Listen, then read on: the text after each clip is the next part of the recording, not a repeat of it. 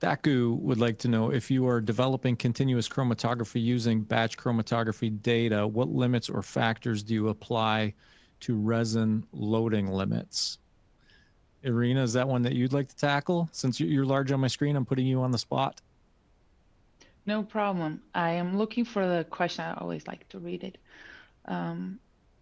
What Yeah, is the question number on our number list? 12. Number 12 number 12. there. Okay, yeah. That helps.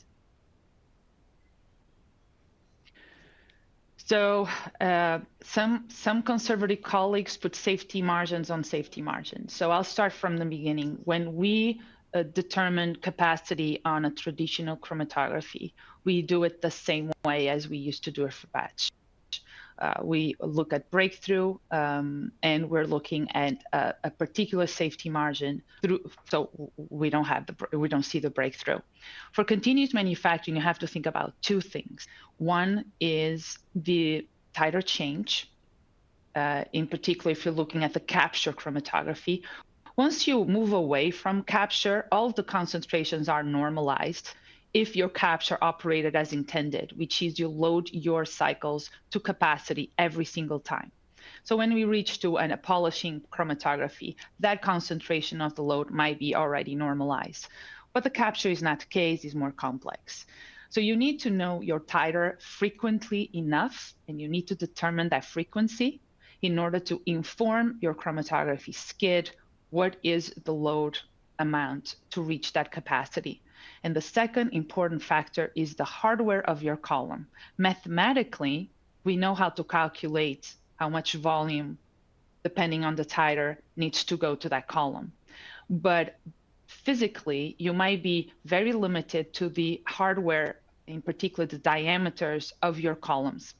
So now you have to play with the height of the column, the the separation you need from that column, and the limited diameters you have on your toolbox.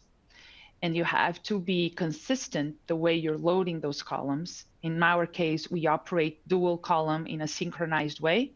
So we certainly want to monitor column operation and quality of that separation across the two columns across all the days of operation, because the products will be pulled all together moving forward. And if some of these columns, for some reason, are not behaving with the life expectancy that we expect, 100 cycles, 200 cycles, you need to know, so you need to be ready to swap them. Thank you, Irina. Sanjay, anything to add there? Yeah, I think the way we run batch chromatography versus continuous chromatography, the equations we use, or the considerations we use for scale up or manufacturing is totally different. I think in batch chromatography, we could go with the idea that we cannot use resin with a very high, very high back pressure or something. In continuous chromatography, we always looking for resins which we could run at much more linear flow velocity compared to the batch chromatography, where we could run it much more faster. Because thing is, with continuous chromatography, your considerations are different to batch. That the product which is a flow through from the first column will be always captured onto the second column. So the considerations are much different when you're considering from batch to the continuous. So you're running SMB. That's the operation you're running. That's right. Yes. A simulated moving back. No, we are using a 2 or 3 column continuous chromatography. For the simulating moving bed, right? SMB, yes, that you yes, overload yes. the first. Okay, we are not yes. doing that way. Yes, so in that simulated moving speed. bed or continuous chromatography, your considerations for loading is much more different than the batch, because you're looking at loading at much more faster rate. So is the faster rate, or you just load more, but you can still afford to go slow? You could afford to go slow, but I think the best out of your continuous chromatography is when you identify the hardware or consumables, resins, which can go much faster. So our strategy, Matt, if you allow me, is slightly different. We can afford to wait in downstream. We are going to match our speed, in a way, with the perfusion rate. and the perfusion rate is slow. We don't accumulate much in our vessels, and then we can afford to start our capture at a particular time or day after the bioreactor starts. And we do it slow because we don't want that permeate to be accumulated for too long. It's the worst process intermediate for stability anyway. And once we start, we don't want to pause.